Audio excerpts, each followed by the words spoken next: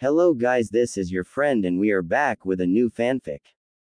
Which is what if Naruto awakened a forbidden dragon bloodline and his mother Kushina was still alive, part 1. And if you enjoy this fanfic then please press the like button and subscribe to my channel for more fanfic like this. And now let's start the fanatic. Hey everyone. This is Czar Joseph with the 6th story, adopted and a rewrite. It's a Naruto x Ninja Gaiden crossover fic, and just so that you know, it'll be a combination of the shinobi and modern world, so no flaming me about it being impossible because this is fanfiction, people.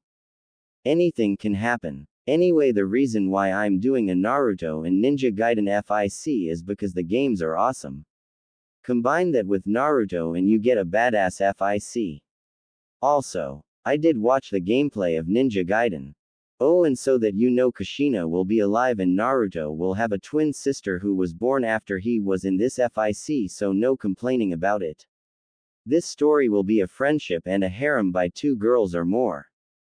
The reason I picked 2 is that I inspired Chaosmajimon and his story called Totally Naruto, so it's my first harem. Since I will come up revised story like the Kitsune of Las Noches.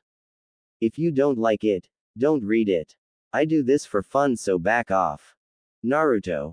Path of the Dragon Shinobi, rewrite and adoption. Normal speaking. People thinking. Italic. Normal speaking. People thinking. Italic. Animal speaking. Underline. Animal speaking. Underline, italic.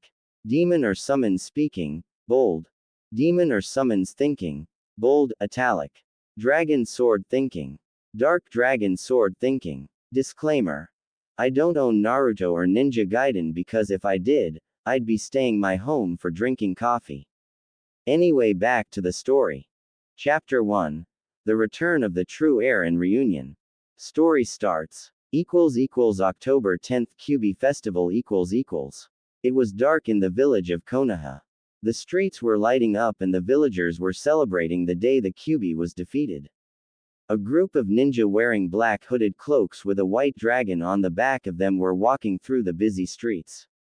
3, however, had their hoods down, revealing their faces. One was a man who was 6 feet 0. He had long brown hair that was tied into a ponytail, deep green eyes, and a tan-like complexion. He also had a scar on his left cheek. He was Joe Hayabusa, the Shiroi Ryu, White Dragon, of the Hayabusa village and leader of the 2nd Dragon Clan branch. He's ranked as an S-class nin with a flee on sight order and was the only ninja capable of going toe-to-toe with the Yellow Flash and lived to tell about it. The man was calm, wise, loyal, trustworthy, and powerful. Walking beside him was his wife, Scherzer Hayabusa, the Kuroi Tenshi, Black Angel, of the Hayabusa village. She was 5 feet 8 and without a doubt the most beautiful woman ever to be seen. She had long flowing black hair that stopped to the middle of her back, deep blue eyes, the face of an angel, and flawless ivory-colored skin that seemed to glow in the moonlight, giving her the appearance of a goddess. Holding her hand was her 6-year-old son Ryu Hayabusa. He appeared to be a younger version of his father, only his hair was in a shorter ponytail and had a tan complexion. He was wearing a black ninja GI outfit with a dragon at the location of where his heart is. They were heading to the Hokage Tower to discuss the new treaty. As they pass an alley, a scream was heard. "2-san ka-san, what was that?" young Ryu asked. Joe looked into the dark alley only to see a mob made up of civilians and shinobi that were Chunin and Junin beating on a blonde-haired boy who wore a dirty white t-shirt and blue shorts with bats, clubs, beer bottles, and to his shock kunai while screaming, "Kill the demon and avenge the Yondaime." Scherzer's eyes widened in horror when she saw this. What kind of monsters do this to a child? She thought and saw a Chunin raise a katana in the air while grinning like a madman. "Die Kyubi brat," he yelled as he started to bring the blade down while everyone cheered. "Joe-kun, stop him," she cried. Joe's eyes become slitted and he vanishes and appears between the Chunin and the blonde boy who was trying to protect himself with his bleeding arms. Joe then punches the shocked Chunin hard in the stomach, breaking a few of his ribs and sends him flying out of the alley and into an ice cream cart. Scherzer orders one of the hooded nin to take Ryu away from this and he nods, taking the young dragon with him while the others deal with the mob. Said mob was backing away while the other hooded dragon nin appeared behind Joe and around the blonde boy with their backs turned at the boy who was whimpering and trembling in fear while having their swords drawn. Scherzer then appeared in front of the blonde and kneels down. The blonde boy had tears falling from his blue eyes and his lip was quivering. Don't hurt me. Please, I was only hungry and wanted some food," he said. Scherzer's eyes soften and she smiles at him. "It's okay, child, I'm not here to hurt you," she says, and her hands glow white and she places them on his small arms. He flinches a little from the contact but relaxes while she treats his injuries. Joe watched this from the corner of his eye and smiles. He turns his eyes back to the villagers and releases a huge amount of murderous intent on them. "What do you fools think you're doing?" he roared while they sweated heavily from the murderous intent this man was releasing. That's when one idiot civilian spoke up. We were trying to avenge our leader by killing the demon brat," he answered. Joe's eye narrowed and looked back at the boy. Then he looked at the villagers who were hoping he would understand reason and kill the boy. "Wow, what a bunch of fools. I see no demon. All I see are a bunch of short-minded fools. Now leave before I kill you all," he growled in a deep dark voice while they backed away. But the demon. A Junin said only to have 3 shuriken enter his skull and hit the ground dead.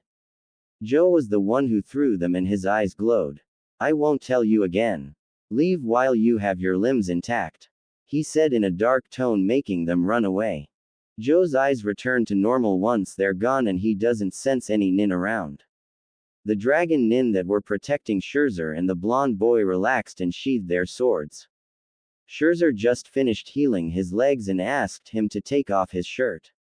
He was reluctant at first but he did and a gasp escaped her mouth. "Oh my Cammy," she whispers. The boy was so skinny he could see his bones and ribs outlined. He also had cuts, bruises, burns all over. Joe and the other dragon nin saw this and couldn't help but feel sorry for the poor boy. After treating those injuries, she turns him around to heal his back and notices a red mark that was hidden under his blonde hair. She blinks in confusion and pushes it up and her eyes widened. "I don't believe it. Kushina-sama's son has been alive this whole time. But the Sandame said that he died when Minato-kun sealed the Kyubi no Kitsune into him. He lied. That old monkey lied to her. When Kushina finds out, this village will be done for. She'll see to it personally.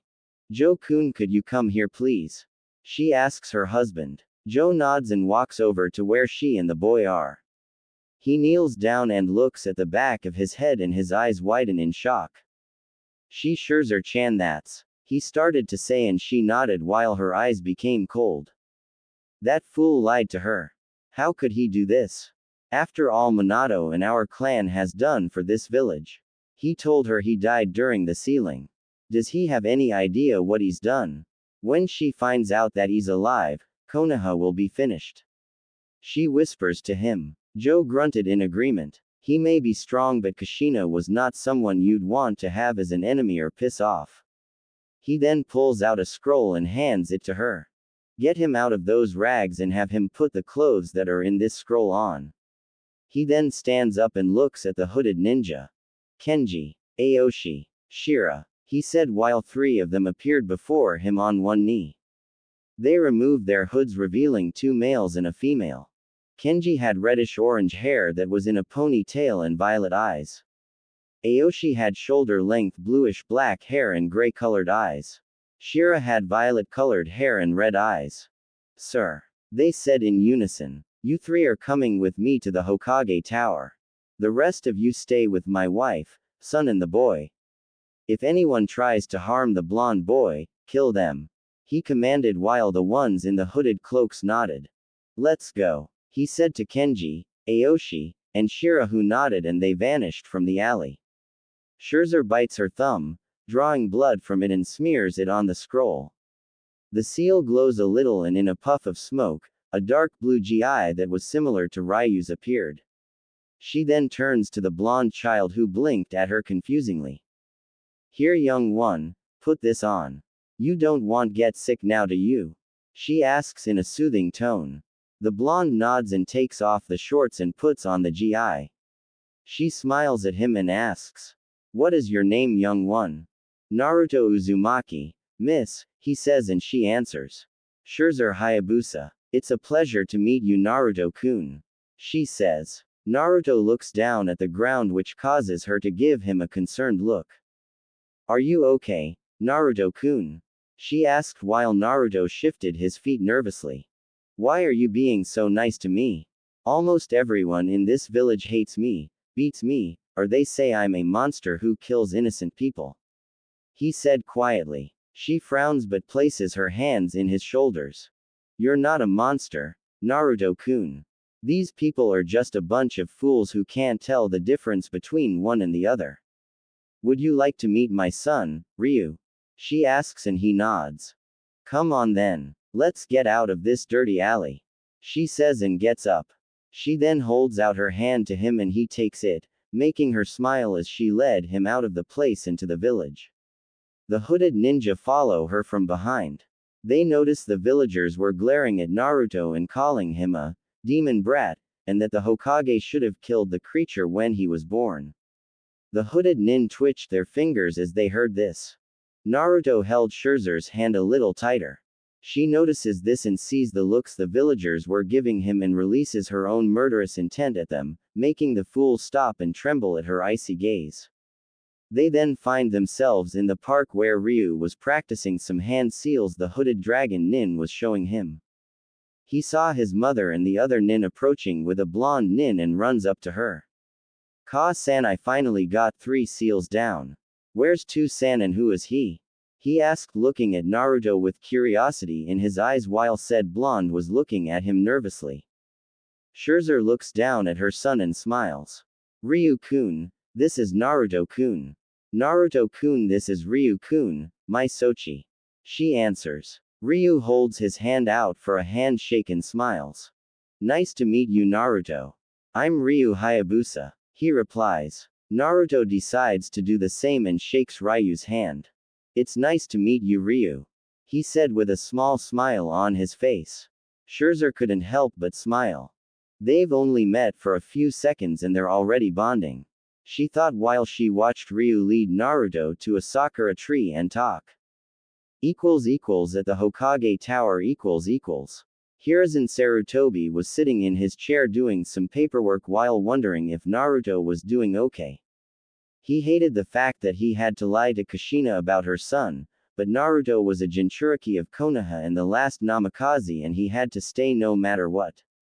"It's what Minato would want, can you say retard?" He continued to do his paperwork until the door was knocked off its hinges, shocking the professor, and from the other side came Joe Hayabusa along with Kenji, Aoshi, and Shira, and the man was not happy. "Joe Hayabusa, what can I do for you?" Hiruzen asked while the man's frown grew. "You can start by explaining," he said in a low tone. Sarutobi raised an eyebrow at the dragon nin. "I'm not sure I understand your meaning Joe-san." "Explain what?" he asked only to feel murderous intent coming from the man. "You can explain why the true heir of the Hayabusa is in the village being treated like a dog and why you lied to Kushina-sama about her son being dead." He yelled at the last second while his eyes became slitted and glowed. Hiruzen's eyes widened in shock and a bead of sweat fell from the side of his head. "Oh no, how did he find out? I must do something or the village will lose the last Namikaze," he thought. "I'm afraid I don't know what you're talking abo," he started to say but was cut off when Joe smashed the desk, leaving an imprint of his fist in it. "Don't lie to me old monkey. That boy is Kushina and Minato's son, because he had the mark of a red dragon on him and he looks just like Minato, if you take away the whisker marks. Do you have any idea what Kushina will do when I tell her the truth about her son?" he says, making the old man gulp a little. "Do you have any idea what the Ryu nin, or dragon nin, will do when they find out that their future leader was hidden from them by the very village they've been allies with since the founding and that he's been beaten near death?" They will raze this place to the ground and kill every single person in this village. If Kushina-sama doesn't, she'll do it herself. He yelled. Please Joe-san, you have to understand, he's the last namikaze in the village and his father wanted him to be recognized as a hero to the village. I can't just let you take the boy. He's a citizen of Konoha and falls under the village's jurisdiction. He said, hoping this would work, but only made the man more furious. I see. Perhaps I should send a letter to the fire daimyo and Kushina-sama about this and let them solve the problem when they get here. I'm sure you'd love to explain to the ruler of Fire Country and to one of the most dangerous kunoichi in the world, why Konoha is going to war with an ally due to the fact that you not only interfered in foreign ninja clan affairs, but lied to said clan leader and Cage about her child's so-called demise, and kept him here to be beaten like a dog. He replied in a deep dark tone that made Sarutobi pale and inwardly sweat.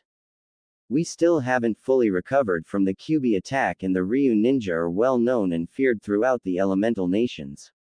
They are even hired bodyguards for the daimyo. If they remove their nin from his ranks because of our actions, then we'll be finished, but Naruto is the last namikaze of the village and we can't just give him up.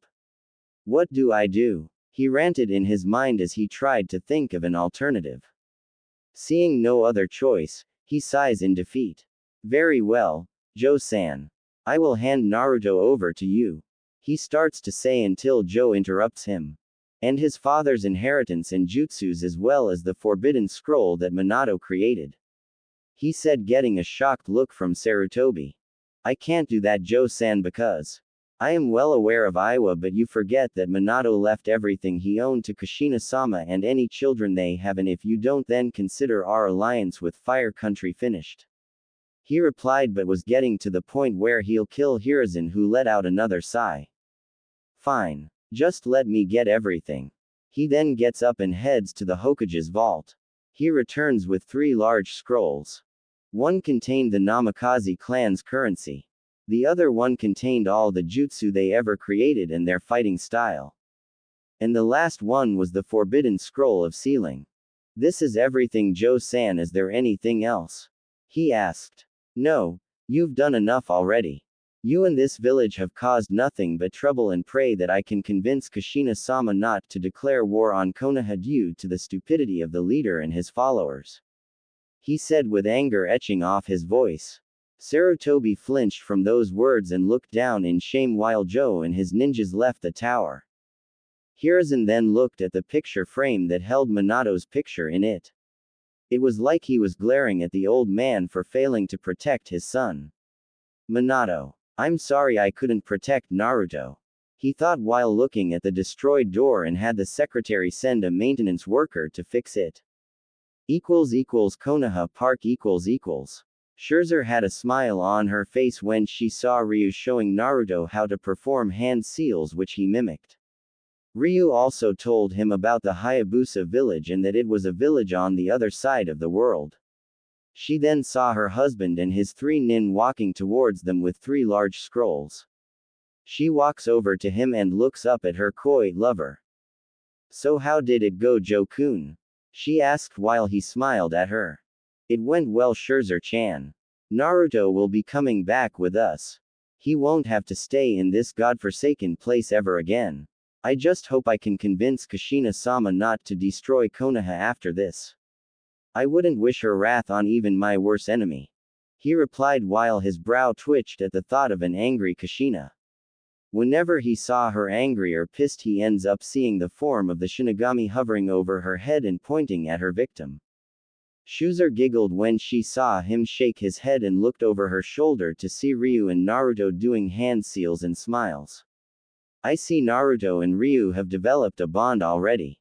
He said while his wife looks at the two and nods. Yes, it appears so. Naruto-kun, Ryu-chan, come over here please. She spoke out and the 2 6-year-olds ran up to her. Naruto-kun, this is my husband Joe Hayabusa. He's the leader of the Hayabusa clan. She said. Naruto looked at the man and bowed. Thank you for saving me, Joe-san. He said while the leader smiles and nods. You are welcome, Naruto. He said and paused for a few minutes and asked.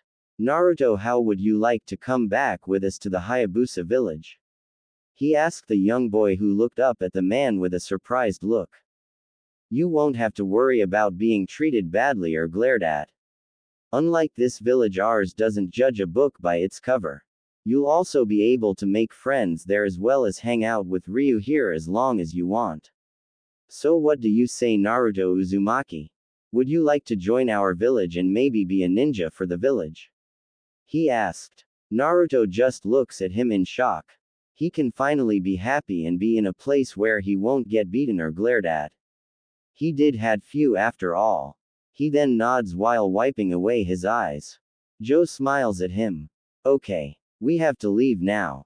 Naruto, is there anything you need to get before we go? Joe asks while Naruto just shakes his head. Alright then, let's go everyone. He orders and they nod. Scherzer took Naruto and Ryu's hands in hers and they leave the village. During the travel back home on the boat, Joe talked to Naruto and told him everything. About his inheritance, how his father Minato Namikaze sacrificed his life to seal the fox into him, how the old man lied to his mother saying that he died during the sealing, and that he was the true heir of the Hayabusa clan and he had a twin sister who looked like her mother. Naruto was an emotional wreck when he was told this and hated Sarutobi for lying to him whenever he asked about his family and letting those people in Konoha treat him like trash. Scherzer managed to calm the poor boy down and told him that he won't have to go through that anymore. But when he realized that he had a mother and sister, he was happy yet worried that she'd reject him. Scherzer saw this and said, Naruto-kun, I highly doubt Kushina would abandon you even if you're the container for the Kyuubi. Naruto looked at and nodded but still couldn't help but hope she was right.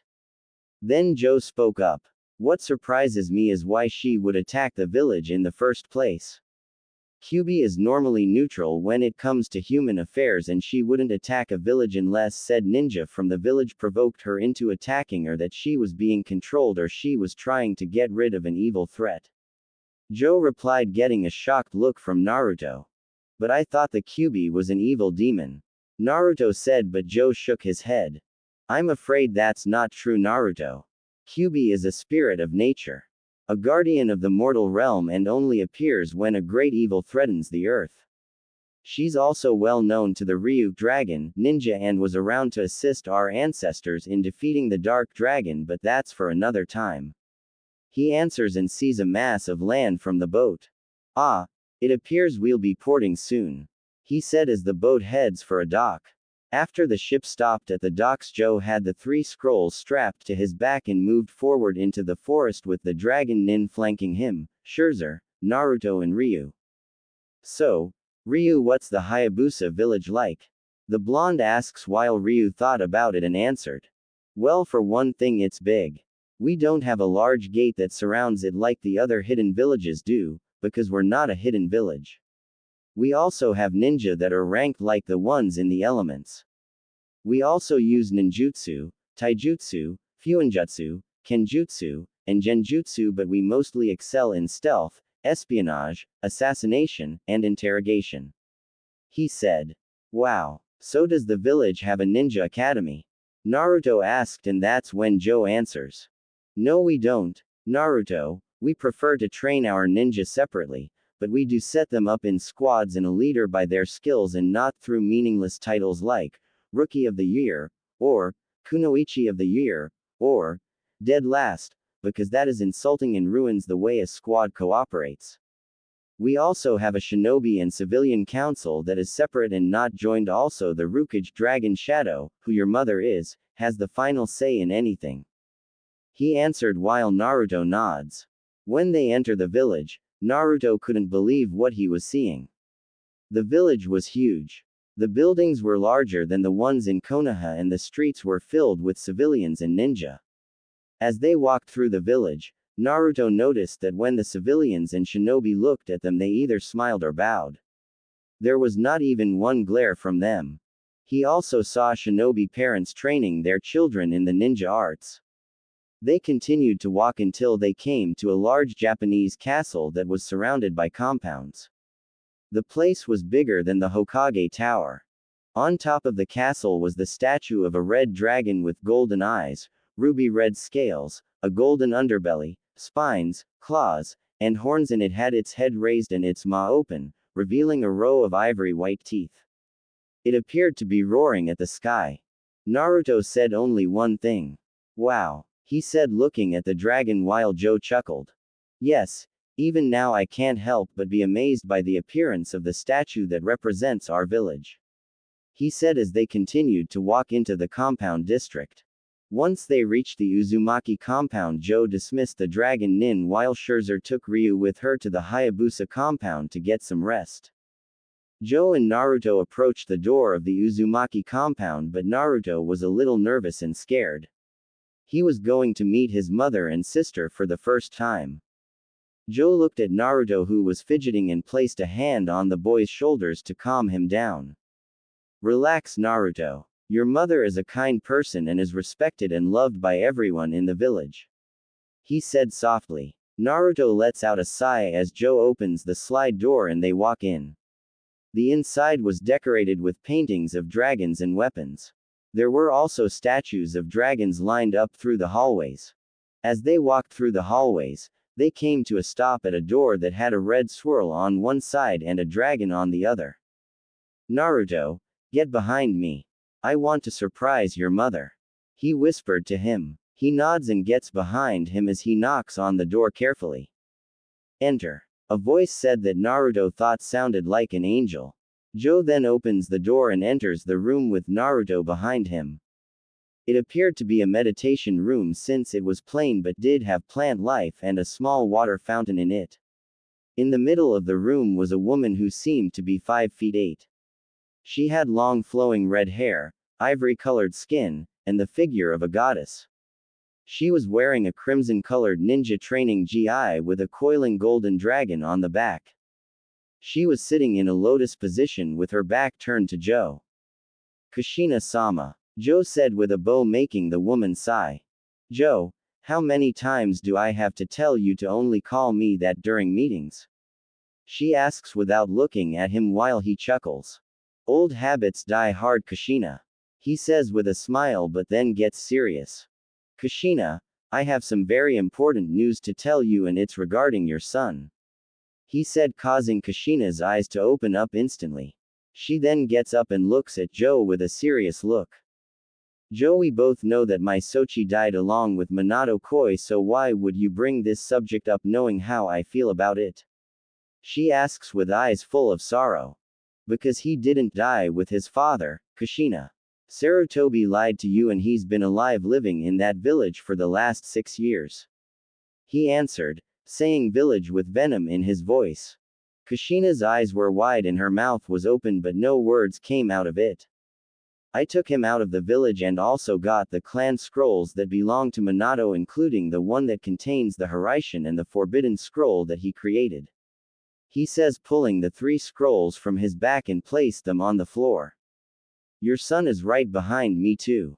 Come on out, Naruto, he said, and a blonde 6-year-old who looked like a miniature version of Minato walked out in front of Joe and looked up at his mother. Kushina looked down at Naruto while her eyes became moist and tears formed in her eyes. Naru-chan, she replied while Naruto smiled at her and walked up to Kushina, grabbing her hand.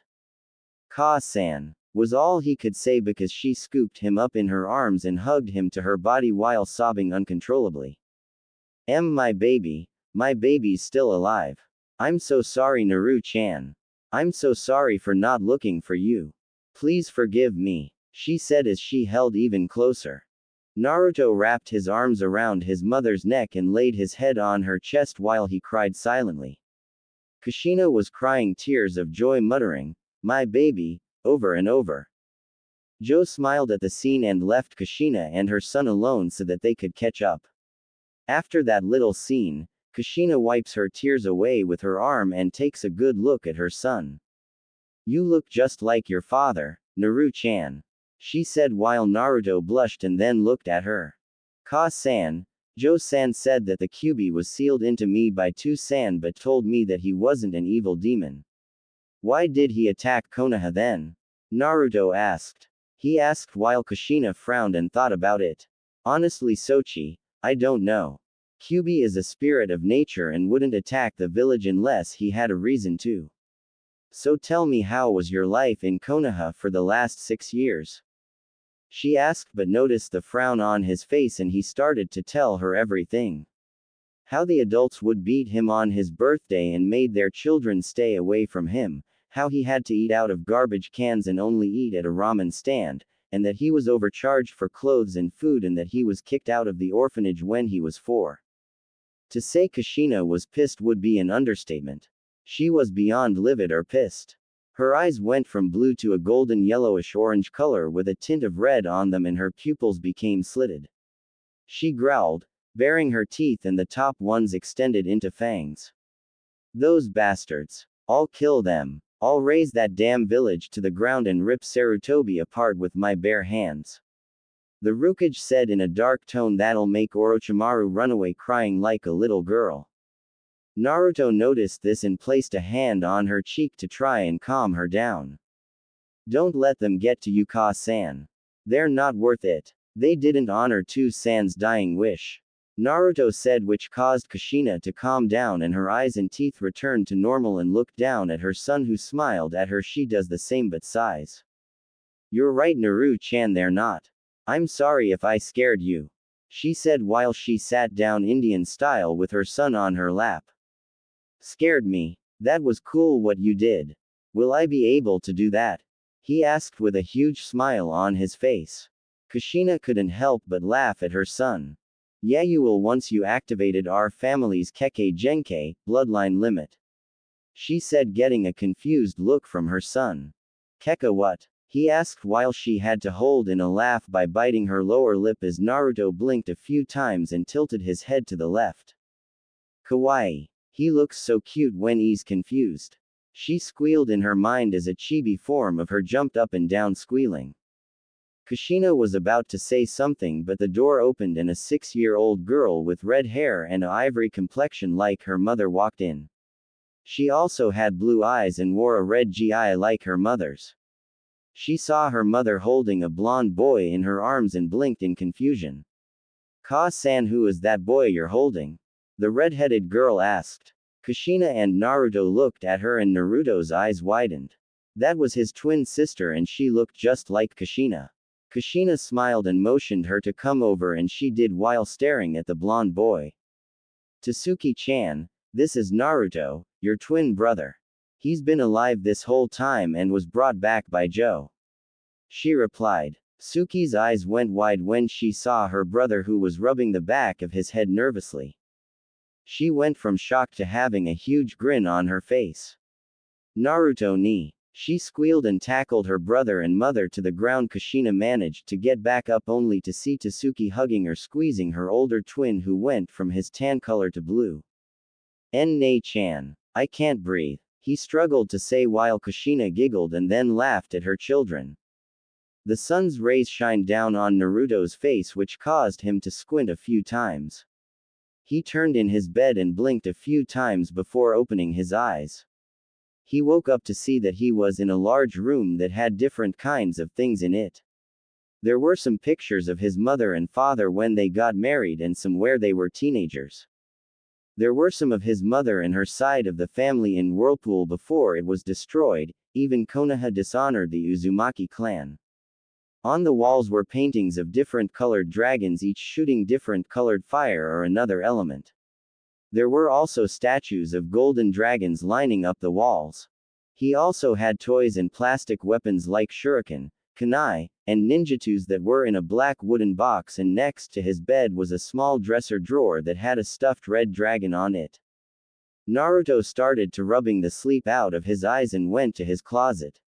It was in a sense huge, having not only training gi and sandals but other things like different colored shirts, shorts, pants and shoes he's never seen before. Wow, I can't believe that this is all my stuff. He said, admitted until he was tackled to the by a red blur. They both tumble on the ground for a while until they finally came to a stop with Tsuki sitting on top of Naruto, grinning. She then got up and started to hug the life out of her twin brother. Morning, Naruto ni. she said while Naruto was struggling to breathe. See can't breath, Tasuki-chan. He said trying to get out of her vice grip. Tasuki lets go while Naruto gains his breath back. Hehe.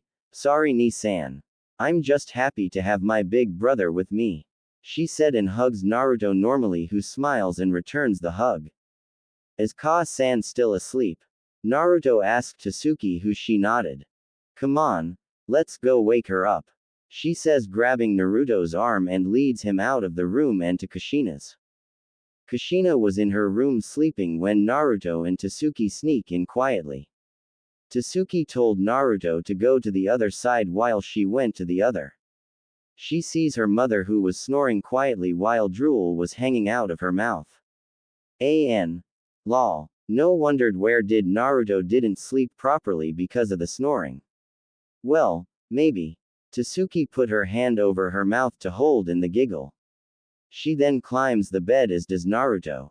They look at each other and grin. They both breathe air into their lungs and pause for a while and then yelled out. Ka-san. Kushina instantly bolts up with her eyes open wide and screams. As she blinks for a while and looks down to see her son and daughter grinning at her.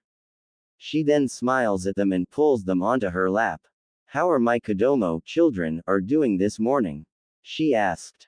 Fine. They replied at the same time while she kisses them both on the forehead.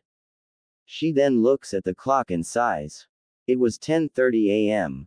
So she gets up with her children in her arms. Come on you two. Once we eat breakfast, I'm gonna take you two over to Scherzer's because I have a busy schedule today. She says while walking out the room with them. Ka-san, are you the Kage of this village? Naruto asks her and she nods. Yes I am. I'm the Godime Rukage, 5th Dragon Shadow. She answered and Naruto's mouth was opened. So you and two-san were Kages? That is so cool. He exclaimed with a grin on his face while Tasuki grins too. Yes, it is cool, but it's also a very tough job. I'm not only in charge of the ninja of our village, but I'm also in charge of how things operate in our village. Kushina replied with explained, but then cries inwardly. Not to mention all that paperwork. How did Minato-kun get it done so fast? Then her chibi form ranted, crying anime tears while doing mountain loads of paperwork. Meanwhile Kushina's eyebrow twitched, but it was noticed by Tasuki, who giggled. Naruto saw this and asked. What's so funny, Tasuki-chan? He asked his Imouto with wondered, while his sister points to Kushina. Ka-san's eyebrow was twitching, meaning she's going nuts about paperwork, but doesn't show it. Tasuki explained while Naruto blinks. Is it that bad? Naruto asked while Suki's grin grew about their mothers are Kage's worst nightmare and arch nemesis of all Kages.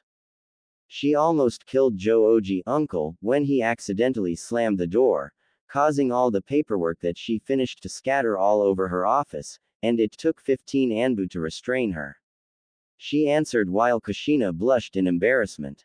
If only I can find a jutsu that finishes the paperwork. Kushina mumbles while Naruto rubs her back. Don't worry, Ka-san. I'll help you to find a way to get rid of that evil paperwork. Naruto says while he puffs his chest out, getting a light laugh from his mom. If you do that for me Sochi, then I'll be forever in your debt. She said, kissing the top of his head. Ka-san. Naruto whined while she and Tasuki laugh at him. So once they had breakfast, they got changed and Kushina, Naruto, and Tasuki were heading for the Hayabusa compound. Naruto wore a dark blue long-sleeved kimono and hakama pants that had white dragons and white flames licking the bottom of the hamaka pants and the sleeves. He also wore dark blue socks and black sandals. Tasuki was wearing a red kimono with sakura petals and blue birds on them. She also wore white socks and red sandals. Kushina was wearing her Kage robes, which were white and black, and wore a Kage hat that was also black and white and had the kanji, long, dragon, on the front under them. She wore a red and black ninja outfit with arm guards and a black collared flak jacket with black sandals. She was wearing the Kage hat on her head so that the sun wouldn't get in her eyes, and she was holding both her son and daughter's hands while being flanked by 4 Anbu who were wearing dragon masks with markings on them, but the markings were different colors. The captain wore a hooded white cloak that had a black dragon on the back, while the subordinates wore black cloaks with white dragons on them. Under the cloaks they wore dark blue uniforms, and strapped to their backs were katanas.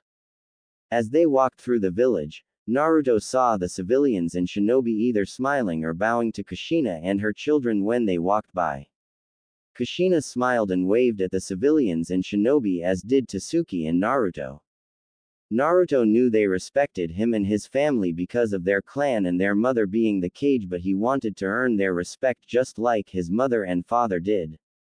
When they reached the compound, guarding the gates were 2 ninja wearing masks that covered half of their faces, black Junin shirts and pants, dark blue collared flak jackets, and black headbands with the symbol of a dragon on them. They noticed Kushina, her children, and the dragon Anbu coming towards the compound. When they stopped at the gate, the 2 guards bowed.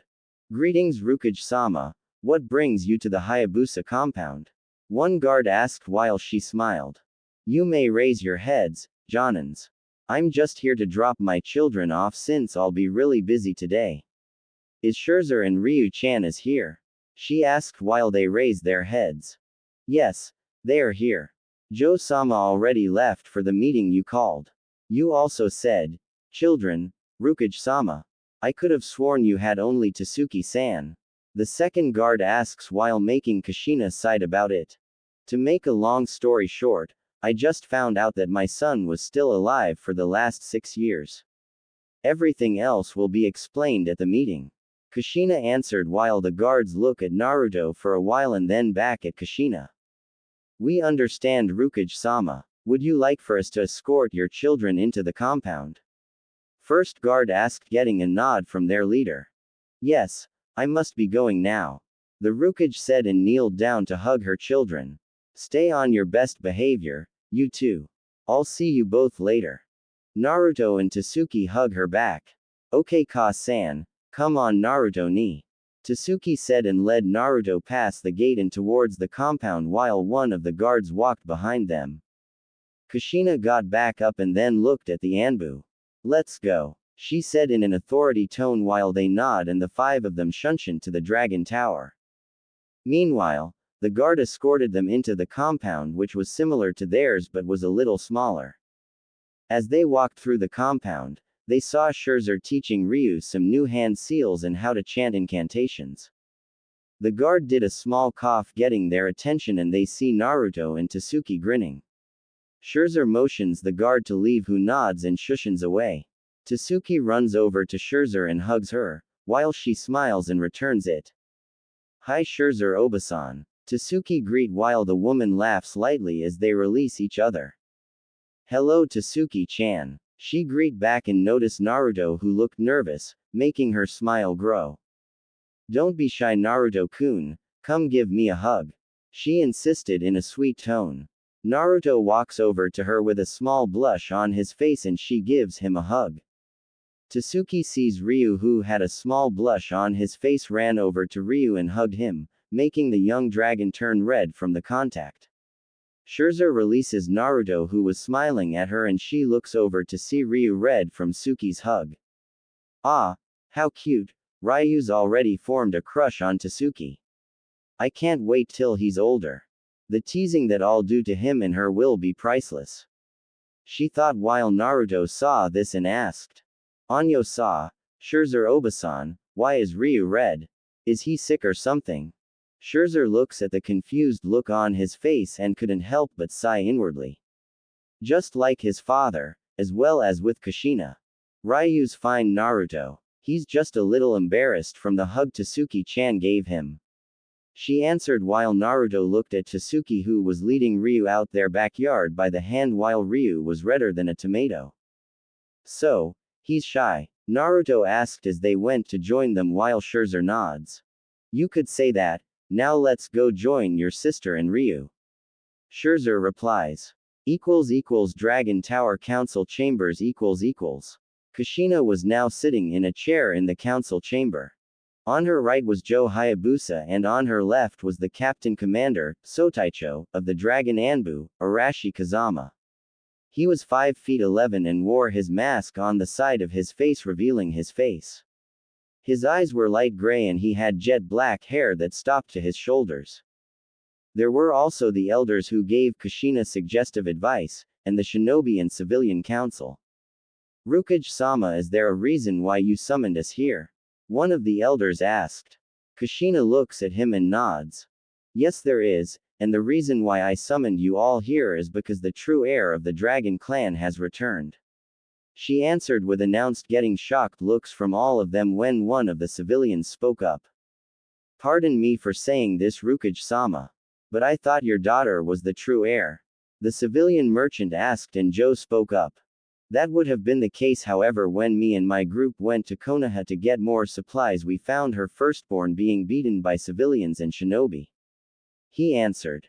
Kushina had to suppress the murderous intent she wanted to release after hearing that while the members of the council's eyes widen. Would you be so kind as to start from the beginning, Joe-san? A shinobi member asked and he did. After hearing the story, to say they were pissed would be an understatement. That was when one of the shinobi members spoke up. Those bastards. How dare they? Yeah, who does that fool of a Kage think he is lying to our leader about her son's so-called demise? Lying to a Kage, interfering in a foreign clan's affairs, and denying the boy his true inheritance. Those actions are considered acts of war. After all the things our village has done to help them, they do this. Something must be done and they must pay for this. Another elder yelled out. This kept on for 10 more minutes until Kushina slammed her fist into the desk. Silence. She roared and they went quiet. She then breathes out a sigh and starts talking. I understand how you all feel. Believe me when I say that I too am pissed at what Konoha has done to my family, and I assure you Konoha will pay for their actions. She stated, before continue. But the question is how? I will leave that up to you because right now, I'm tempted to go to that village personally and raze it to the ground. As her eyes flashed a golden yellow color which made everyone in the tower including the hidden Anbu shivered. That's when one of the business members spoke up. I suggest we punish them financially by increasing the amount of exports and technology we send to them and the other villages in Fire Country and double their profits. He said while tilting his glasses up with his index finger. Kushina nodded at his request and looks around. Anyone else has suggestions? She asked, and a shinobi member who was a kunoichi spoke up. The high-ranking missions they trade for ours should be temporarily null and voided until you decide to drop it. The same with the bodyguards for the fire daimyo, stating that he can only request a minimum amount of our ninja, and if he asks tell him to have Konoha explain. I'm sure they would be more than happy to explain why half of his bodyguards are being sent back to us, and I'm positive our daimyo would agree to your reasons since you two are good friends, Rukage-sama, and will demand why Konoha lied to you about your son. She replied with a sick smile on her face. Another shinobi member looked at her with wide eyes. Akira, that is so evil and underhanded, I like it. He said with a grin on his face, and she rubbed her nose with her finger. Thanks, Kaiser. Akira replied while a dark smile appeared on Kushina's face. I like that idea too, Akira-san. Kushina says, and that's when another elder spoke up. If I may ask, Kushina-sama, since your son is one of the few survivors in your family's clan and has the dragon bloodline, wouldn't he fall under the village's CRA? He asked before continue with explanation. I mean, it's a fact that you can't have any more children due to the fact that you had some complications when giving birth to your daughter and son. While Kushina looks at him. We're not trying to force him into any marriages or anything like that, but since he is the only male in the village who possesses the true dragon bloodline, he falls under that law. No one will interfere with who he wants in the clan. I only request that he has at least 3 or more future wives before he turns 18. How does that sound? The elder asked, insisted. Kushina looks around the room and lets out a sigh and replied. Fine, I will agree with this, but Naruto gets to choose his own wives. How does that sound? Kushina asks and gets a nod from them. Before she add in her finishing sentence. But, I did found one. Before Naru-chan told me about her. All the council was curious, as one of them spoke. So, who is she? Well, a daughter of a friend of mine in Konoha. Kushina answered that made the council surprised. Who? Kushina smiled for the answer. She is the first friend Naru-chan made, before her mother took her away from him for protection before I told him. And even we keep in touch for ourselves to make sure. Until Joe shocked and surprising he started to remember the conversation. Kushina-sama. You mean, are you talking about? Yup. She is. Kushina replied had her smile more. So during the rest of the meeting they discussed about the Kyuubi who was sealed inside her son and why she attacked Konoha. After that, Kushina had an ambassador along with 5 Anbu sent to Konoha to deal with the trade and business deals and informed the Dragon Daimyo about her son still being alive and what Konoha has done to him. Needless to say the man was not happy and said that he would be informing the Fire Daimyo about this and sending back most of the Dragon Nin he hired as bodyguards sent back into the Hayabusa village ninjas ranks to teach the country a lesson on what happens when they mess with the Dragon Lord's family. Naruto got a chance to visit the man and his family and the daimyo couldn't help but be impressed with Naruto's strong will. He would definitely become a great dragon ninja in the future. Uzumaki compound It was night and Naruto was currently in his bed asleep. Naruto felt a small pull into his mind and found himself in front of a large cage which had a paper on it that said seal. Naruto walked up to it and when he was close enough he heard an angelic voice. Hello Kit. The voice said which made Naruto freak out.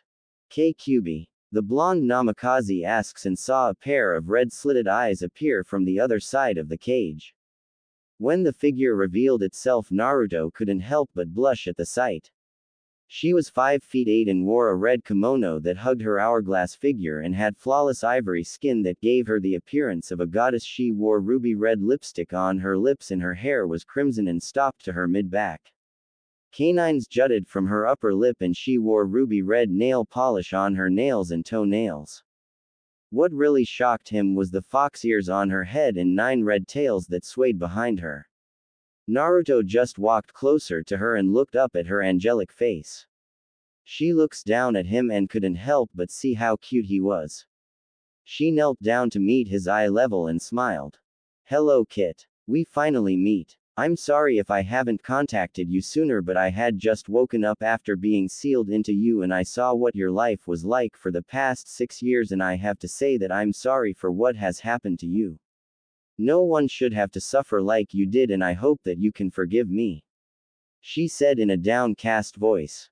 Naruto looked at her and saw the sorrow she had in her eyes.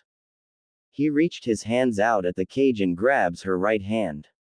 She looks up at him with a surprised expression on her face as he rubs his hands into hers. It's okay Q. I know you must have had a reason for attacking the village and I know you're not a bloodthirsty demon who destroys everything. He said while she pulls him into the cage and hugs him. Thanks Kit, but you call me Kurumi, and yes I did have a reason for attacking your village. You see I sensed an evil presence that was very powerful. I don't exactly know its true location but while I was searching for it, a man wearing an orange mask and a cloak with red clouds on it used the power of his eyes which were red with 3 tomos on it to cast a powerful genjutsu on me which caused me to go berserk and attack the closest thing that was in my sight. That was your village or former village. Your father the 4th Hokage used the Shiki Fuin Dead Reaper seal on me and sealed me into you. I've been in a deep sleep for the past 6 years and woke up when I felt my yukai healing your body. She explained while Naruto digested the information into his brain. I see. Say, Ka-san said that I had a bloodline based on the dragons. What does that mean? He asked. Kyuubi thought about it for a while and then looked at him. Well Kit that is true but it won't activate until you turn 7. You have 3 forms of this bloodline that is body, chakra, and sight. Your body and sight form will come first and the year after that your chakra form will appear. She snaps her fingers and a statue of a dragon appears. That kid is the form of your bloodline. When you gain all three forms, you'll be half human and half dragon, meaning your speed, strength, stamina, five senses, and intellect will increase when you get older and you stop aging at the age of 20. I'll explain the rest when you're older. Now off you go, kid. You have to get some sleep. She says, and he is pushed out of his mind. Naruto smiles and snuggles into his pillow. Good night, Kurami Nichan. He whispers to himself and hear a, good night, kid, from the fox. The next day Naruto was eating bacon, eggs, and pancakes with his mother and sister. They kept eating until Naruto spoke up. Hey Ka-san. Yes Sochi, what is it? Kushina asked. I just gotta talk to the QB last night. The blonde answers and she looks up at him. Really? What did you talk about? She asked curiously and listened to her son explain everything. After that, she stopped eating and had a thoughtful expression on her face. I see. So, she was searching for an evil presence that was somewhere near Konoha but ended up being put into a powerful genjutsu by a masked man wearing a cloak with red clouds on them and had red eyes with 3 spinning tomos in them. Sounds like the Sharingan copy wheel eye. It figures that the Uchiha clan would be behind this. She thought while Tasuki and Naruto looked at her and she looked back at them. Listen up, you two. I'll be training you after breakfast. Joe and Ryu will be joining us. Kushina said while the servants came and removed the dishes from the table. Then she gets up and they follow her to the training dojo. She goes into a closet and pulls out 2 training gis. One was red while the other was dark blue. She hands the red one to Tasuki and the other to Naruto as dark blue. Go and put those on, and meet me outside the compound. She said while they leave the dojo. Naruto and Tasuki were out of the compound to see Kushina wearing her red training gi, Joe was wearing a white gi and Ryu was wearing black.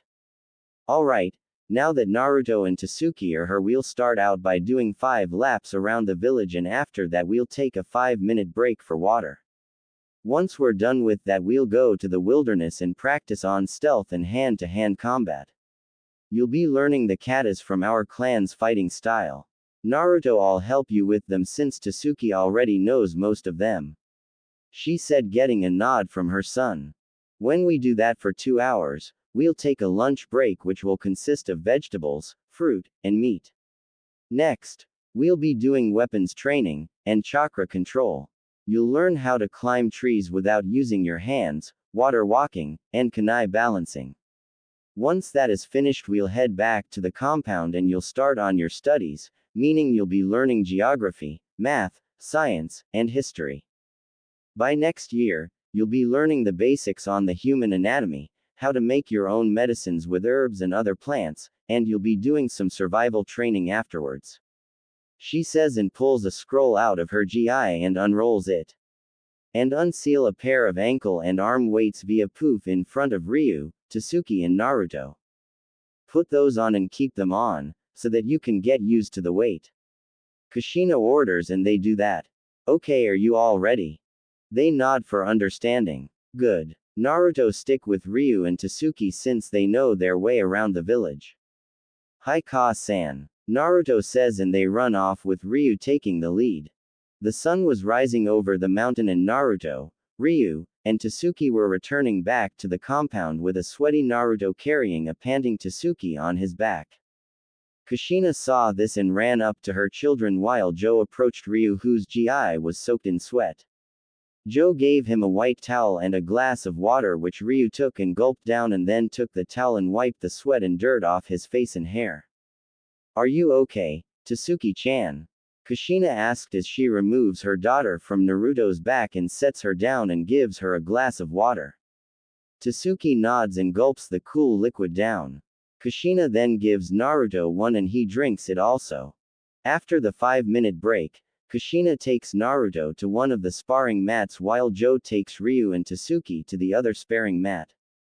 Okay Sochi, this is a fighting style that's been in our clan since the founding of the villages. It's an ancient and powerful style that only the Uzumaki and the Hayabusa clan can use. It is called the Tenken no Ryujin, Heavenly Fist of the Dragon God. Kushina begun to explain. The Tenken no Ryujin has 4 forms. The first form is based on evasion and counter-attacking. It's basically a defensive style where you use your opponent's strength against them and is used to disable and not kill. Grapple and submission holds are used in it as well as palm strikes. High-level reflexes and senses are needed for it to work. We also call it the Hisho Ryu, Soaring Dragon. The second form is based on breaking the opponent's bones and causing external damage. Power and speed are needed for it to work, and it too disables but rarely kills unless you go for the neck bone, nose cartilage, skull, or backbone, which is also the spinal cord. The knees, elbows, fists, and feet are used in this form, and it's called the Kibatsu Ryu, Striking Dragon. The third one is the most deadly form of the Tenken no Ryujin. It's an assassination form that is based on killing the opponents by striking any of the 8 vital parts of the human body. They are the lungs, liver, jugular vein, clavicle vein, brain, kidneys, spinal cord, and heart. It can cause both internal and external damage to the person and also shatter bone and destroy internal organs in an instant. It's called the Satsujin no Ryu, Murderous Dragon. The final and most powerful form is called Daiguren no Ryujin, Great Crimson Lotus of the Dragon God. It is a combination of the first 3 forms put into one, and only someone who has mastered every form can use it. She finished explaining. Have you mastered every form, Ka-san? Naruto asked while she nods. Yes, I have. I was 18 by the time I fully mastered it. She said, getting an awe look from her son. Now we'll begin with the Hisho Ryu and Kibatsu Ryu. I want you to mock my form and movements. She said and performs the katas for the Hisho Ryu. Naruto watched and copies her movements. Remember, Sochi. This is a push and pull style.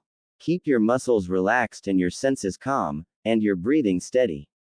You want your movements and energy to flow when you're fighting.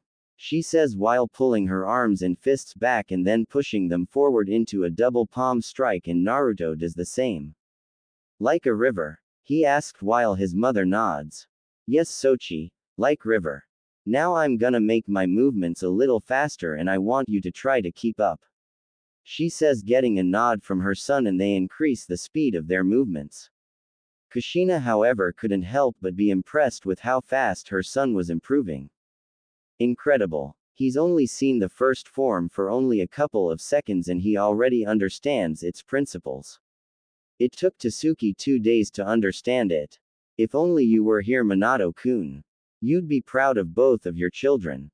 She felt impressed about her son's great knowledge. Tasuki, Ryu, and Joe were watching this and couldn't help but be amazed.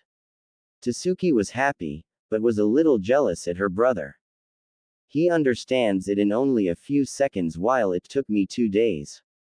She commented with a pout while Joe chuckles. No need to be jealous, Tasuki-chan. It's probably his way of learning. The white dragon replies while Ryu nods. I agreed, even though it took me 4 days to understand the first form. Ryu said in a joking manner while Tasuki playfully punches him in the shoulder. Quiet you, she says while he rubs his shoulder. They trained like this for the rest of the week and Naruto starts to improve until he was at Suki's and Ryu's level and starts to spar with them. Kushina was very proud of how well they were progressing and couldn't help but think about how strong they will become when they're older. Only time will tell. 2 years has passed since Naruto reunited with his mother and twin sister. He's also become good friends with Ryu. They would always talk about being the strongest ninja in their village and would practice their katas in the Uzumaki dojo. Kushina helped Naruto improve on his writing, math, geography, and history. They knew both tree walking and water walking and were also good with kunai and shuriken and knew a few C-ranked jutsu that Kushina and Joe taught them. They also learned the basic sword katas for the hidden Mitsurugi and know the basic forms of the Tenken no Ryujin. They're also learning archery, and how to use other weapons like the bow staff, kusarigama, scythe, and other weapons. I will had update the hidden Mitsurugi from one of my favorite stories. Right now the three were in the backyard practicing their shuriken and kunai throwing on a dummy who was the target. Joe was watching their progress while Kushina was at the tower working on some paperwork.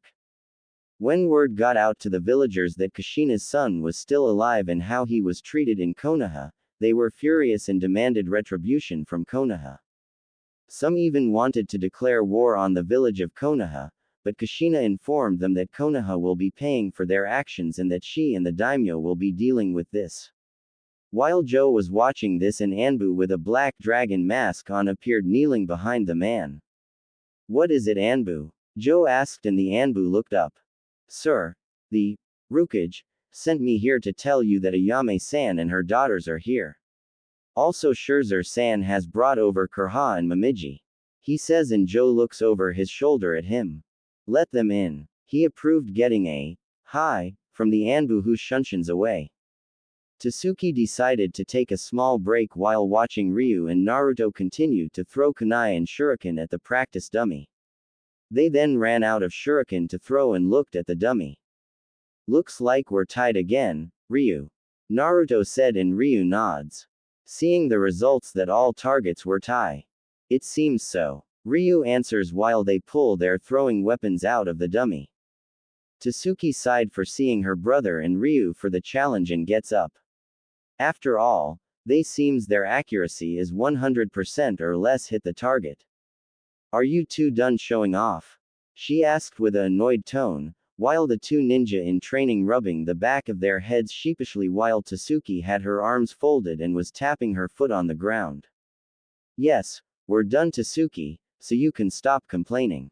Naruto said in a whiny tone and had to move sideways from a punch his Imouto tried to deliver to the side of his head, and he tripped her foot, making her stumble and hit the ground.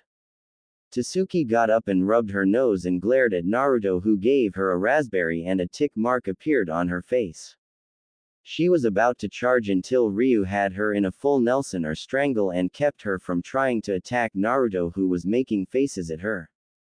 I'm gonna kick your butt, Ni-san. Tasuki exclaimed while her legs flail in the air. Ryu was struggling to keep her at bay until he saw a wasp which landed on his nose and he turned pale. Gah! A wasp! I hate wasps! He cried out and released Tasuki while running around, waving his arms and hands around frantically while the wasp got off his nose and flew away. Tasuki realized she was free and grinned evilly at her brother, who was now sweating bullets. She then started to crack her knuckles, which caused Naruto to take a few steps back. And then he bolted off with Tasuki on his tail. Come back here, Naruto, and take your beating like a man. She yelled while Naruto yelled back. I'm only 8, you dumb redhead. What? I'm gonna get you. For that I'm gonna knock you into next week. She cried out while Ryu was watching the yellow and red blur run around the practice field sighing. Joe, who was watching sweat, dropped at the scene. They're definitely Kushina's kids, alright.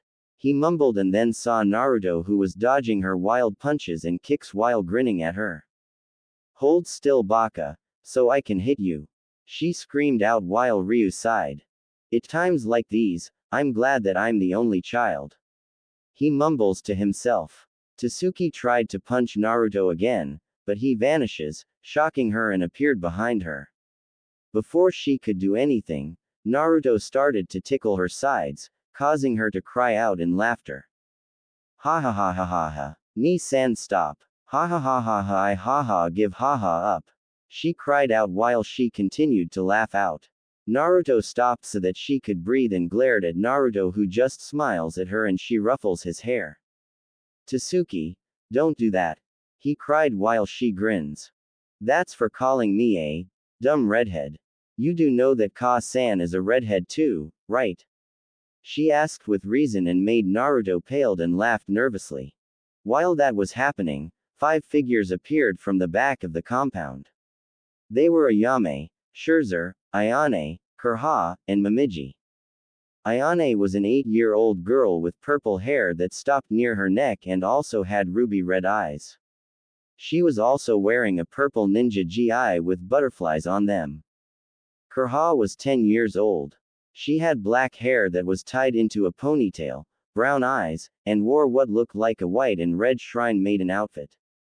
Momiji was 8 and also had long black hair that is tied into a ponytail which started on the top of her head.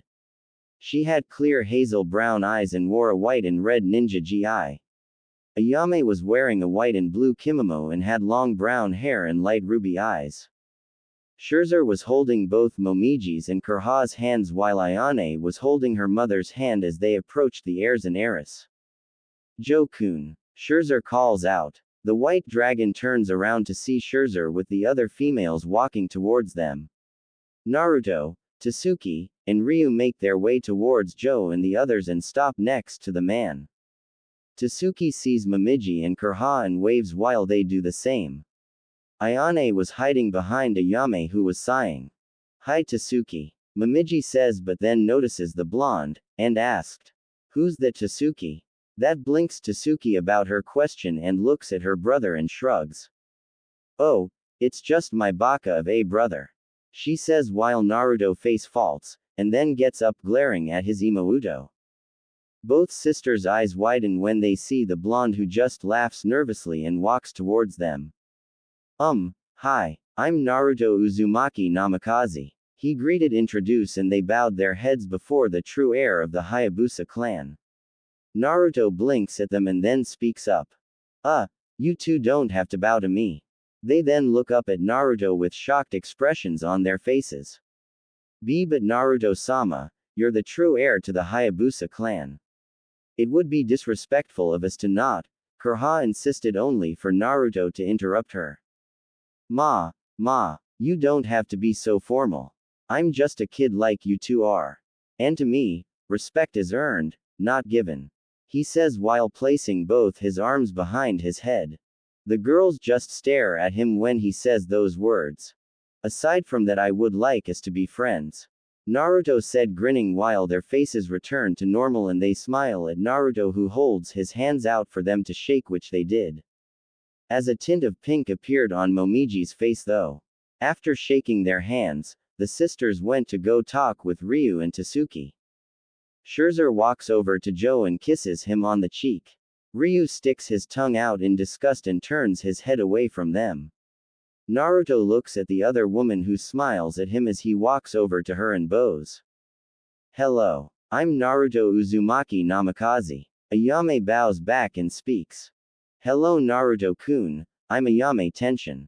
Naruto smiles back but then notices a tint of purple hair peeking out and then hides behind Ayame again. Naruto said as he leans over to the right. Ayame notices this and giggles. "Oh, where are my manner? I haven't introduced you to my daughter."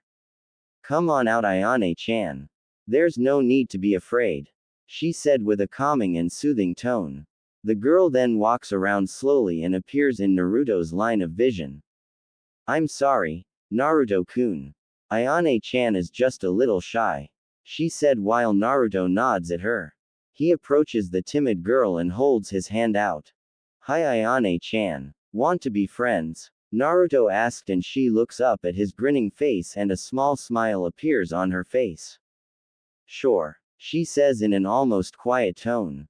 When she takes his hand he takes her towards the others.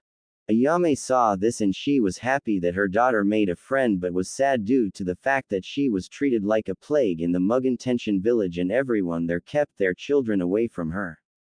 The only two in the clan that associated with her, other than Ayame, was Hayate and Kasumi.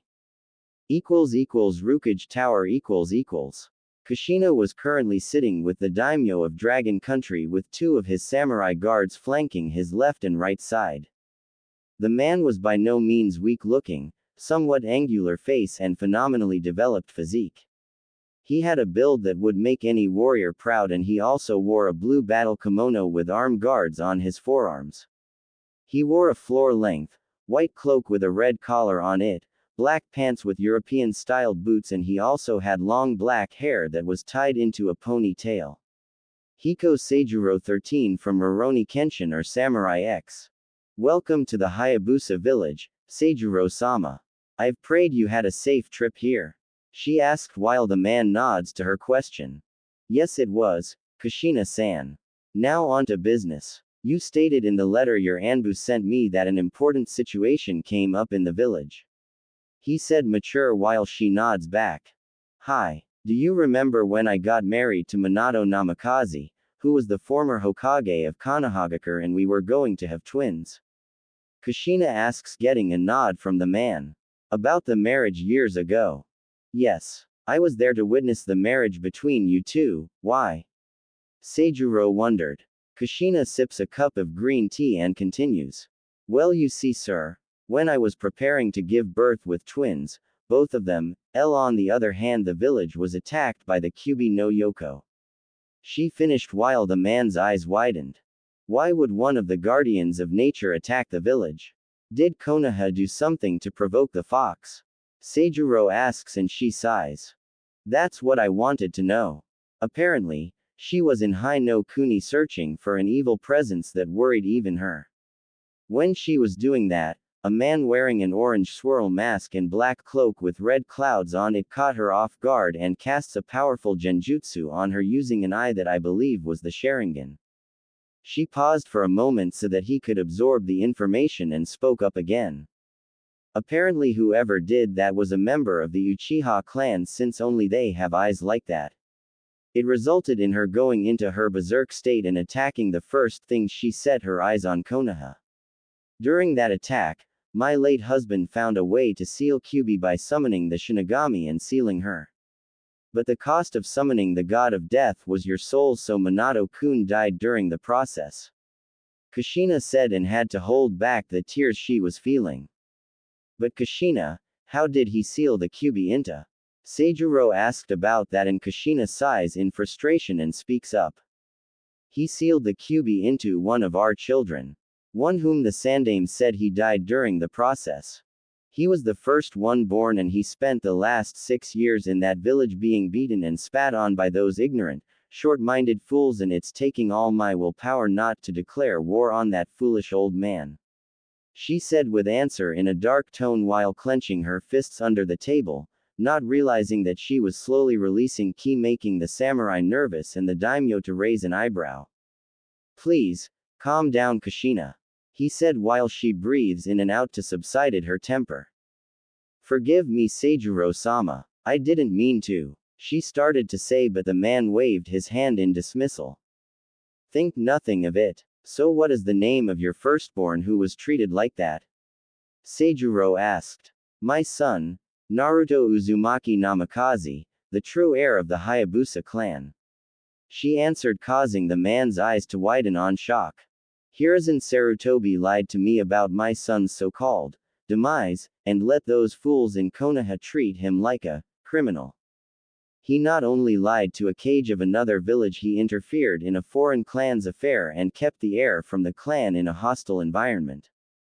Pardon my language, sir, but I cannot forgive that son of a bitch for what he's done, and every civilian and ninja in the village are demanding retribution for this, and if Konoha doesn't make a response for their actions, then I have no choice but to declare war.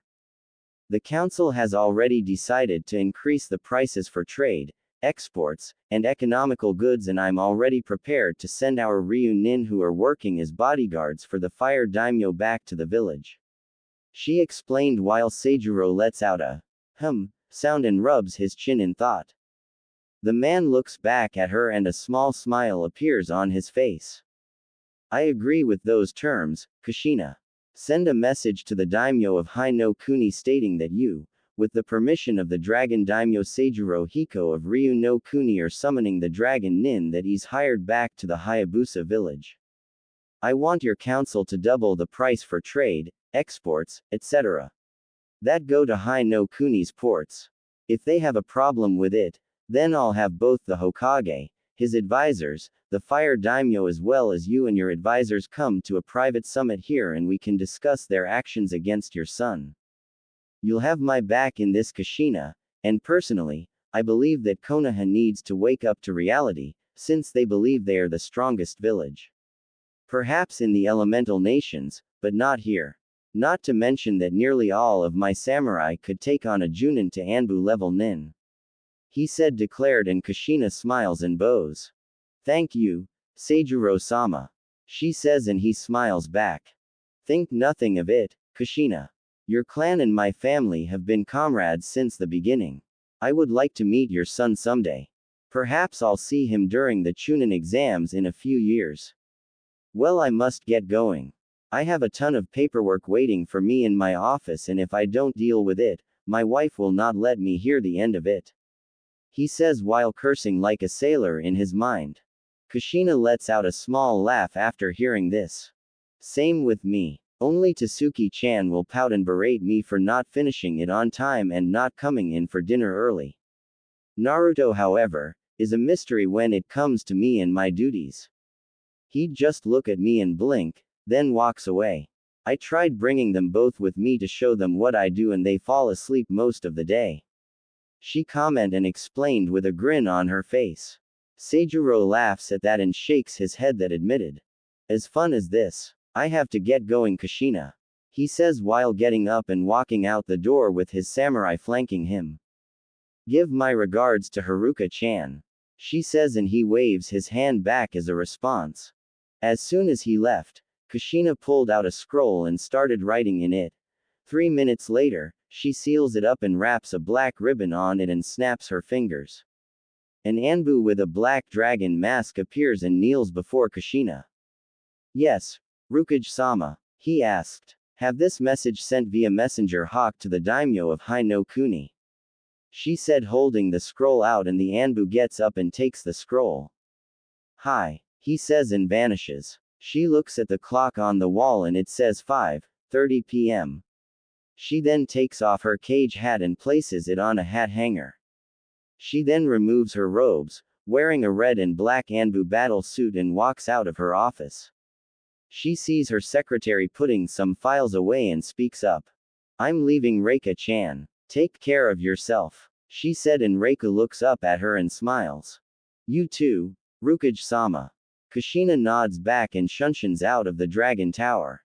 Meanwhile with Naruto and Ryu has it.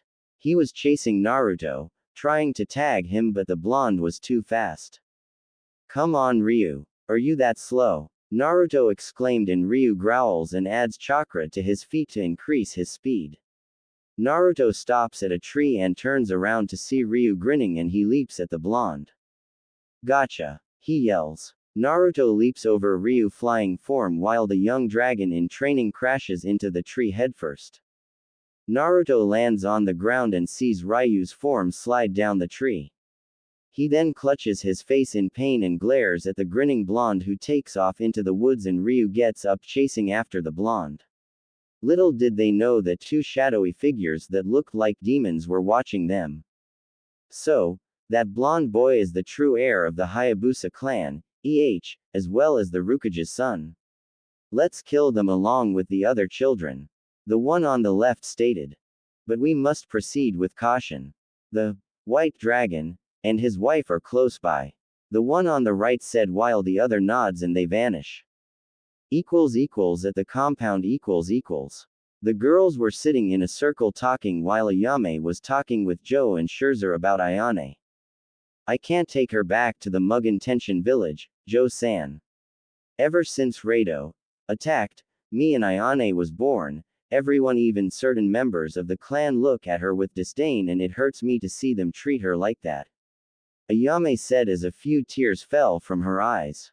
Ayame continued. Shiden has tried to reason with the members, but they refuse to acknowledge her as an heir to the clan since she carries the blood of a traitor in her veins. The villagers even pull their children away from her because they don't want her to infect them with her taint. It's only a matter of time before one of them decides to kill her, and I can't let that happen. While Joe and Scherzer look shocked, Joe's face returns to normal and speaks up. I see, he said, and looks at Ayane, who was laughing with the other girls until Naruto leapt out of a bush and into the middle of the circle panting, scaring the girls. Ni-san. Tasuki cried, and Naruto was about to say something until a black blur named Ryu tackled him, and they were now rolling around the ground wrestling while the girls jumped away and watched as Naruto and Ryu were fighting dirty. Scherzer and Ayame laugh at the scene while Joe sighs and shook his head for couldn't help. That was when Kushina appeared next to Joe, wondering what's going on until she saw Ryu and Naruto glaring at each other with dirt and scratches on their faces while being held back by Momiji, Tasuki, and Ayane while Kurha tried to be the peacekeeper. Kushina sighs and Joe chuckles at this. Alright you kids, let's go back inside. Scherzer calls out. They all look at her and nod. Naruto and Ryu were about to join in, but Kushina appeared and grabbed them by their collars. You two need to get cleaned up, she added, and they groan while being led into the bathing area. After getting cleaned up, Naruto and Ryu were in a new pair of ninja gis and headed for the living room where the other girls were, but Ayane was missing. Naruto sees Momiji and sneaks up behind her. Kurha sees Naruto behind her sister and giggles while Momiji blinks at her, wondering why her Nei-san was giggling. As she turns her head, that happens to see a grinning Naruto and eeps, causing her to falls on her butt while looking at a laughing Naruto. She stands up and puffs her cheeks out and folds her arms, calling him a meanie. Naruto stops his laughter and then pulls her into a hug, causing a tint of pink to appear on her face. I'm sorry, Momo-chan, he says and releases the hug, making her sputter and then turn red. Don't call me that, she yelled out, only to cover her mouth in shock when she realizes that she yelled at the true heir of the Dragon Clan. Naruto just blinks at her with his hands behind his head and then a snort escapes from his mouth and he laughs even harder. Momiji looks at the ground and pouts while Kurha laughs at her Imouto. Ma, I didn't mean to embarrass you like that, Momiji-chan, I was just teasing you, he said and pats her on the back. She looks up at him with a pout still on her face. I want another hug, she pled and spreads her arms out for another one while doing the puppy eyes jutsu. Naruto shrugs and gives her another one while she squeals and hugs him even tighter.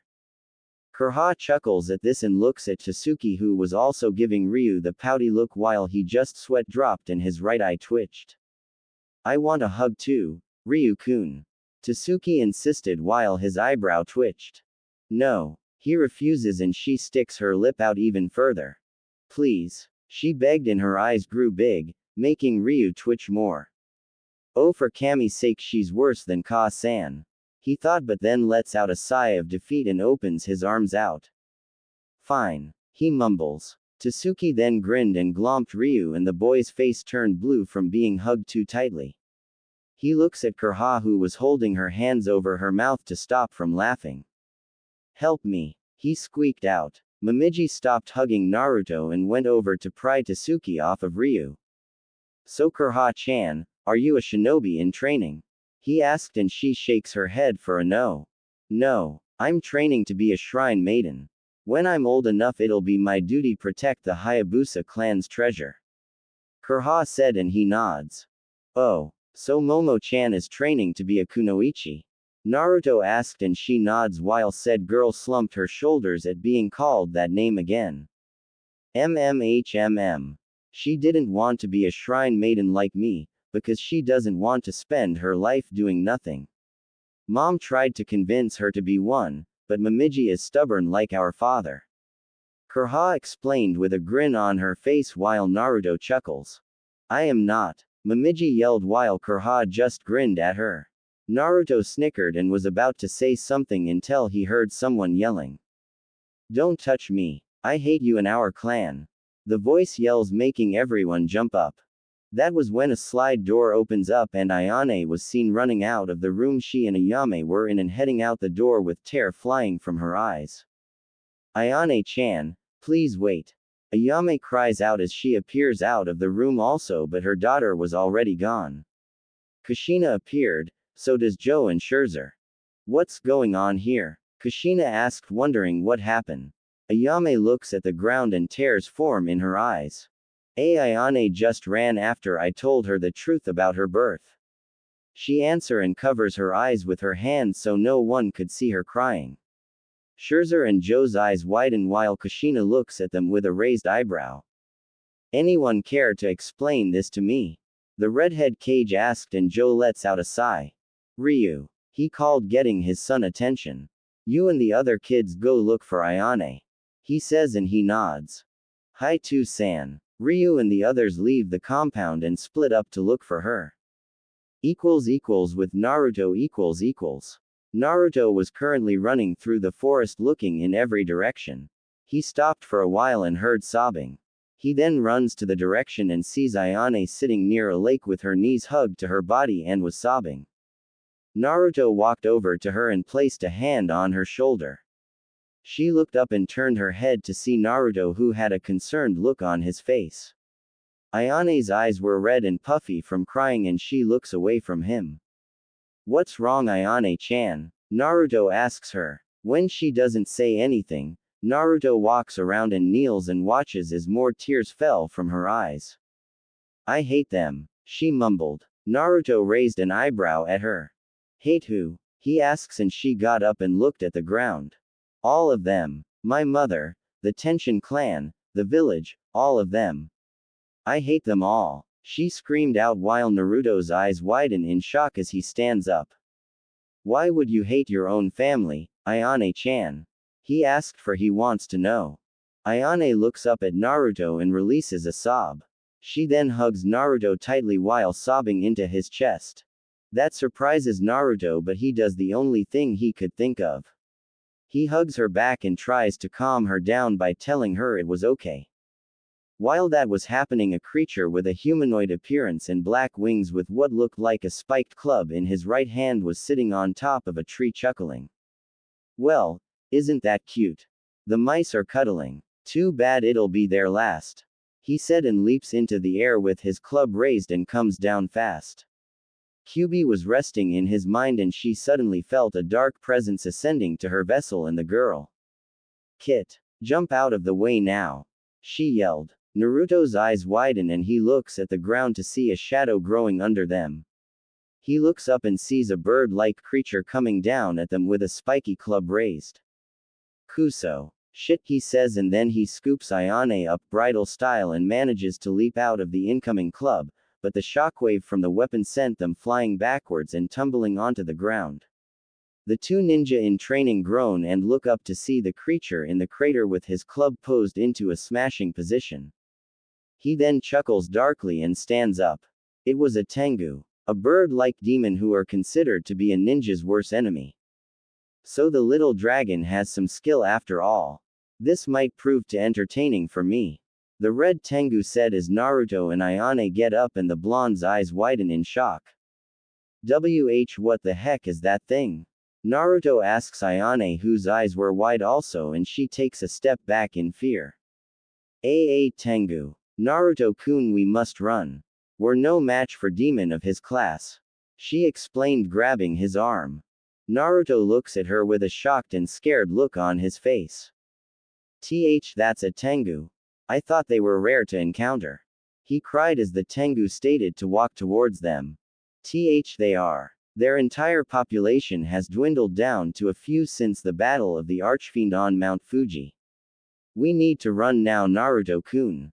It'll kill us if we stay here. Tengu are B-class demons who enjoy fighting and they have been known to kill and eat children. She statement, and Naruto becomes pale as the demon licked his lips.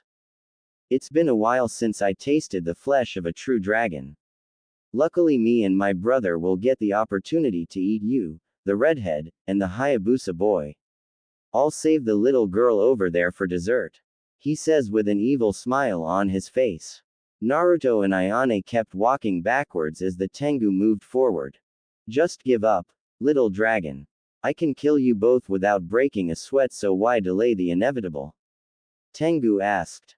Little did he know, Naruto was reaching into his pouch and grabbed 2 flashbangs. Sorry pal, but we're not on the menu. He replied, and then he pulls his right arm out and throws 2 black spheres at him. The Tengu snorts and grabs them. Do you think your little tricks will work on? Tengu says and looks at the spheres that started to glow. His eyes widen when they explode and turn into a flash, blinding the demon. Aarrrgghhh. My eyes. You little ninja, you blinded me. Tengu roared out and clutched his head in pain while Naruto smirked and grabbed Ayane's hand and they ran into the forest. The Tengu shakes his head and opens his eyes. His vision was blurry for a while, and when it clears, he sees the brats were gone and growls. That mangy flesh bag. I'll crush him with my bare hands. He then spreads his wings and takes off into the sky. Meanwhile, Naruto and Ayane were leaping from the tree branches trying to head back into the Hayabusa village. Thank Kami. I had those in my pouch. Naruto said about brought some flash bombs and Ayane nods. That Tengu is not far, Naruto-kun, we can't outrun him. She says, getting a nod back from the blonde. I know, but we can outsmart him. You saw how he was earlier. He stated until he senses something heading for them and sees the Tengu diving right for them. Crap. Ayane split up. He cries out and they do as the Tengu crashes through the trees and lands on the ground hard, skidding a few feet. So, you mice want to play hide and seek Hum. Very well, I'll be the seeker. He says and punches a tree, knocking it off its roots and onto the ground. Uzumaki compound . Kushina was shocked and pissed as Ayame told her about Ayane's birth. So Rado raped you on the day Shiden left to make negotiations with us, resulting in Ayane being in your womb, and then became a Nin afterwards. Kushina asked and the woman nodded. Kushina sighed disappointed and asked. Troublesome. So what do you plan on doing, since your village is on edge with her, not only being a member of the clan, but as the spawn of a traitor? Ayame was about to respond until an Anbu appeared panting. While Joe stands up and glares at the Anbu. What is the meaning of this? Joe demanded. Forgive me, Joe-sama. But the scouts in the forest spotted a Tengu flying above the forest. He reported and the four's eyes widen in shock and Kushina jumped up and grabbed the Anbu by his cloak. A Tengu. What the hell is a Tengu doing here? She yelled and demanded and the Anbu sweated under her gaze. I don't know, Rukage-sama. It seemed to be hunting, I think. He said. Until another Anbu appeared, reported. Rukage-sama, a Tengu was seen in the compound district attacking a group of kids and your daughter, along with Joe's and 2 other girls are being chased by it. We already have some of our Chunin and Jonin holding it off. Kushina eyes widen even more as does Joe's and Scherzer. What? Take me to the previous location now. Joe exclaimed and the Anbu nods and they shunshin away. Kushina grabbed her katana and rushes out the door. Kushina. Scherzer yelled out only for the redhead to look back. Stay there and look out for Ayame. We don't know if more will show up. She says and then an Anbu with a black dragon mask on appears as do 5 more. Kushina looks at them and ordered. You 6 are with me. We're heading to the southeastern part of the forest. As they nod and vanish. Meanwhile a group of Chunin and Jonin were fighting of a blue Tengu who was dodging and evading kunai and shuriken. Don't let that thing get to the children. A Jonin yelled out until a Chunin was sent crashing into another. One Chunin charges at the Tengu with a katana and swings it at the creature's torso, but it swings its club and swats the ninja away. Another one leaps into the air and brings his sword down on its head only for the demon to smirk and grab his head. He then throws the Chunin into a wall, causing it to leave an imprint of the unconscious man. How boring. I expect you Dragon Nin to be tougher than this. He commented and then spreads his wings out, releasing a huge gust of wind at the remaining ones who are sent flying and crashing into the ground. Tsuki, Momiji, Ryu and Kurha were trapped in a corner. Ryu was holding a katana out while the girls were holding onto each other. The Tengu smirked and walked towards the ninja in training. He was a few feet away from them until a volley of shuriken and kunai headed for him and he backed away. That was when a man wearing a white shinobi shozoku, or ninja uniform, with some armor landed between the Tengu and the children with his katana drawn. 15 Anbu appeared around them with their blades drawn also. The Tengu looks around for a while and smirks. It appears that I am outnumbered. As fun as it would be to fight the white dragon of the Hayabusa clan, I only came here to kill the girl and your son, but sadly, I won't get that chance. Blue Tengu said and spreads his wings. Joe narrows his eye at the demon. And what makes you think I let you leave here alive, Tengu? Joe asks in a dark tone while the demon chuckles. Simple. You don't want to end up burying more bodies than you need to. He said, only for Joe to growl. So, farewell, he said while glowing and vanishing in a flash of lights. Joe sighs and sheathes his sword while the Anbu go help the ones who were severely injured. Ryu drops the sword and lets out a sigh of relief. Joe walks towards the four children and looks down at Ryu. Are you all okay? He asked and they nod until Tasuki spoke up. Where's my brother and Ayane, Joe Oji? She asked. Hopefully your brother found Ayane and has not encountered the other Tengu. He said while their eyes widen. Meanwhile Naruto was exhausted as was Ayane. No matter what they did, they couldn't get away from the Tengu. Most of the trees in the forest were leveled and there were crates in certain parts. Naruto-kun, we can't keep this up. He's too fast and too powerful. What do we do? She asks and then Blonde lets out a frustrating sigh. I don't know, Ayane-chan. I used everything I had in my pouch and my chakra is almost gone. He stated, and that was when the Tengu landed in front of them growling in frustration, scaring the two. I've had enough of this game of cat and mouse. Now I'll swash you mangy flesh bags. He says and swings his club down at them and they barely dodge it. Before Naruto could react, he is snatched up by the Tengu and brought Naruto to his eye level while the blonde struggles to get out of his iron grip. You mangy dragon. Did you really think you could get away from me? He says and slams his fist on the ground with Naruto in it simultaneously while Ayane watches in horror. After slamming the blonde in the ground the 12th time, he brings Naruto, who is now bleeding from a gash in his forehead, back to his eye level. I'm not gonna kill you yet, boy, I'm gonna make you watch as I kill the little girl here. The red Tengu with a sneer on his face while Naruto coughs up blood. The Tengu smirks at this and then drops the blonde's limp body on the ground and then makes his way towards a frightened Ayane. Naruto painfully lifts his head and watches as the demon makes his way towards Ayane. Naruto tries to move but it felt like every bone in his body was broken. The Tengu raises his club into the air and grins and yelled out. Time to die, little ninja. And lets Ayane to scream out loud as he brings the club down. Naruto watches this in slow motion while a golden aura surrounds his body. Thump thump. Something deep within Naruto was slowly rising and growling. The aura around him was getting bigger. Thump thump. His eyes flashed from blue to a gold-yellow color and become slitted with a tint of red and change back. The canines in his upper lip become longer and his nails become longer, forming into claws. Thump thump. His growl becomes a snarl and he slowly got up as the aura swirl around him like a twister and his injuries started to heal.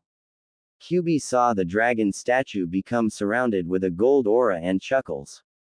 It's finally awakened, she said, and the statue lets out a roar. The Tengu suddenly stops when he senses a power behind him. He turns around to see Naruto, who was snarling while flexing his clawed hands while the gold aura twists around him and then forms into the head of a dragon that lets out a roar that sends out a small shockwave, making the Tengu cover his eyes with his arm. Ayane sees this also and her eyes had a look of shock and awe on her face as she saw this. Kushina and the Anbu were leaping through the trees when she felt the power. Oh Kami, he's activated his dragon's blood.